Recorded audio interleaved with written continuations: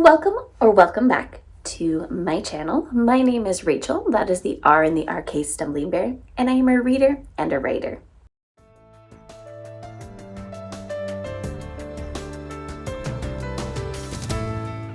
And this is my first video back since getting really sick in November. And today we're doing my first roundup for the SPSFC4 or SPSFC4, however you want to say it, contest. I am on ground control to Major Tom team, and we are doing the scout method. So I signed up to read 9 books, and I'm coming to talk about the first 5 that I have finished. I actually read my 5th one at the beginning of November, but because I was sick, that's why the video is coming out so late. Also, I want to make sure everyone knows, as of my filming this, my team has not cut any books. We are not going to be deciding our quarterfinalists until like mid-January. So we're still looking at all of them, deciding which ones we are wanting to push forward. So the views that I am going to express today are mine and solely mine. Also, something else, these 5 that I'm going to be talking about today were the 5 that I found most interesting based off of their synopsis. So those book blurbs that authors write, they matter because that's what got me.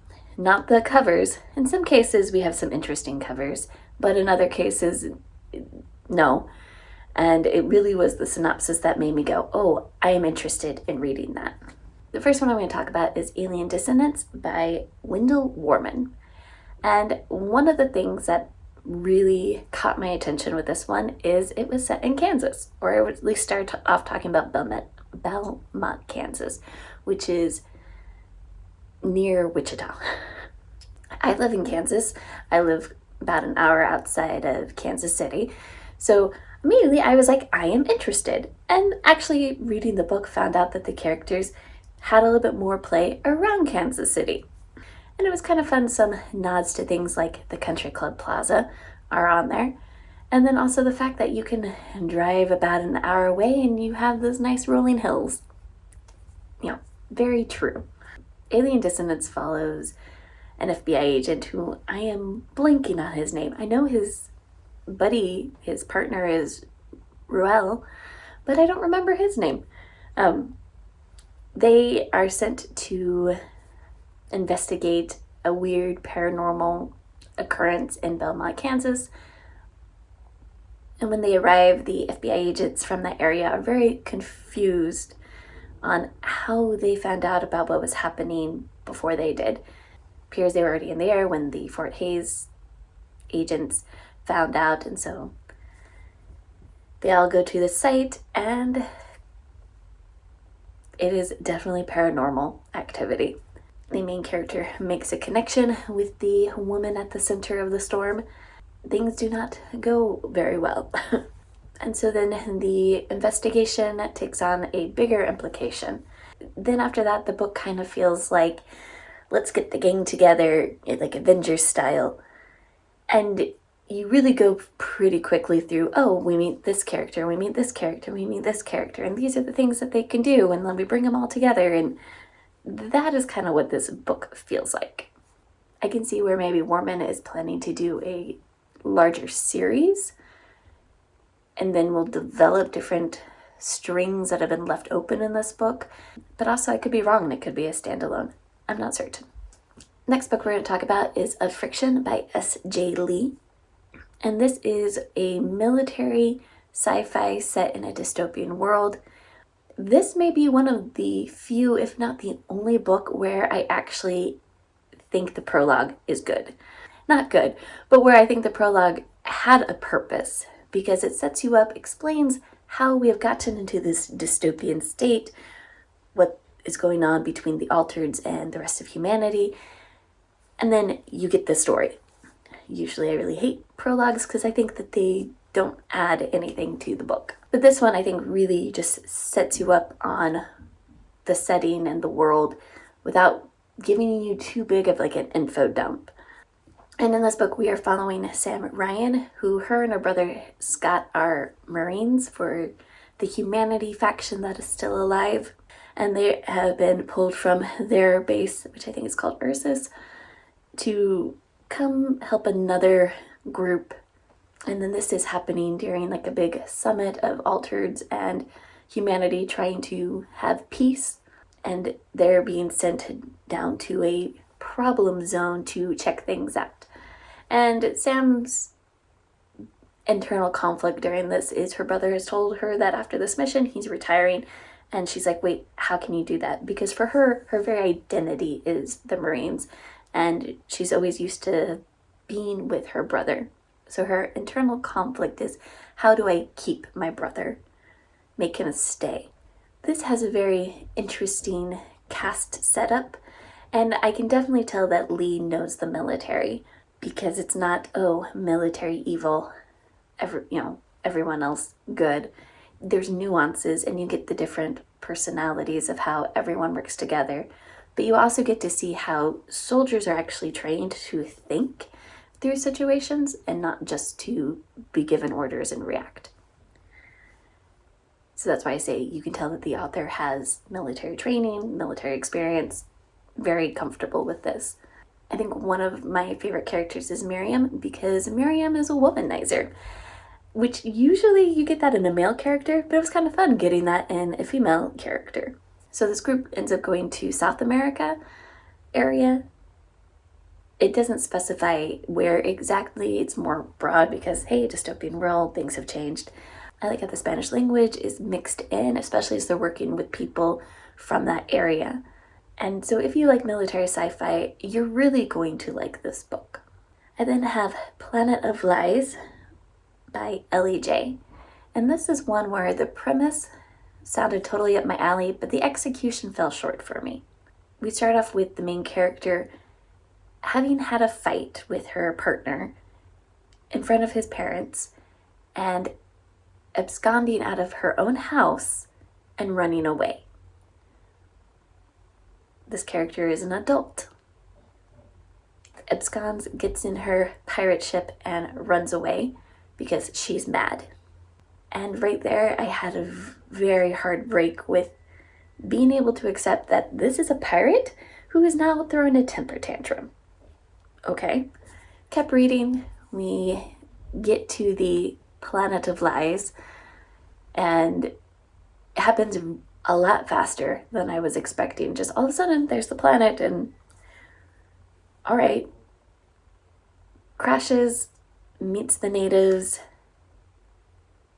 and everything just seems like the character is like, yeah, sure, I believe that, let's go with that.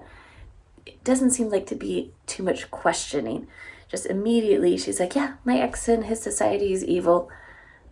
Look at what they're doing, and figuring out all those things. And it didn't get better from there for me. Now, I think that the author was trying to be humorous in some way, and the humor just didn't match my humor. I am particular when it comes to my humorous sci-fi. I think this is something that I probably would have enjoyed if I had been 20 years younger. Because this very much feels like it's a new adult. Maybe like if you had just come from reading a whole bunch of YA, now you're reading an adult. That seems like the age range. You have a very immature character who is thrown into things.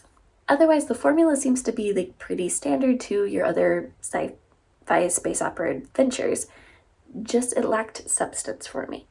I then have The Descendants of Prontoth by Mark Rains. And it wasn't until after I started reading this that I realized this is a book too. Because the characters are referencing things that it didn't make sense to be talking that way until I realized, like, oh, the author's trying to catch you up because this is a book too. I wasn't the only one who had read it, and I asked the other person, do I really need to know book one? And they had read book one. They're like, no, you really don't. So I continued forward. And this is one where I think the author was trying to go for political sci-fi, but had too many moving parts. I like the concept of having the Descendants of Prontoth, which were a group from a warring civilization who decided, no, peace, actually is a good way to go and become more technologically advanced and then escape their world long before the rest of their society gains space capability was very interesting. But I didn't enjoy the interludes with the descendants of Prontoth. It felt very telling and info dumping. We didn't actually get to see their society evolving and changing, or their family. And I felt like it kept pulling me out of the story that otherwise the author was trying to do. And then when we did get to the other parts, it felt very much like we were getting the summations of what had happened in like a conversation, and not so much actually being in the action with the characters.